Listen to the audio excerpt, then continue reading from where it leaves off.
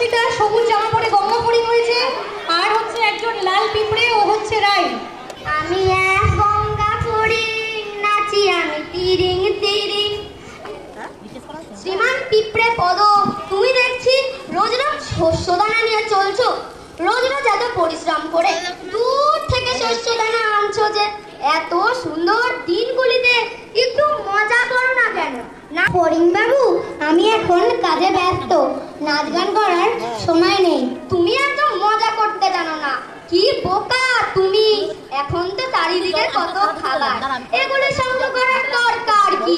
শীতের জন্য আমাদের খাবার সংগ্রহ করে রাখতে হয়, তখন মাটি শুকিয়ে যায়, ঠান্ডা হাওয়া চলে, বরফ পড়ে, তখন খাবার কোথায় খুঁজবো?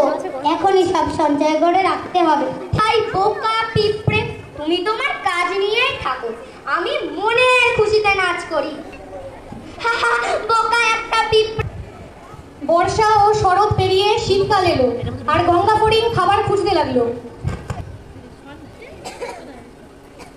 একই চাষের জমিতে বরফ জমে আছে তো, আমি এখন কি খাবো? গান করার জোরও পাচ্ছি না। ও পিঁপড়েরা খাবার জোগাড় করে রেখেছে, ওদের কাছে যাই। ব্যাপার কি ব্যাপার তিমান ফড়িং, আমার খাবার চাই, খুব খিদে পেয়েছে। আমি তোমাদের গান শোনাবো। গান শুনতে চাই না, সারা গ্রীষ্মকাল আমি কষ্ট করে খাবার জোগাড় করছি শীতের জন্য।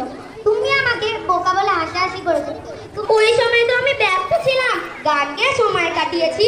খুব ভালো, এখন নেচে সময় কাটাও। পিঁপড়েটা বোকা ছিল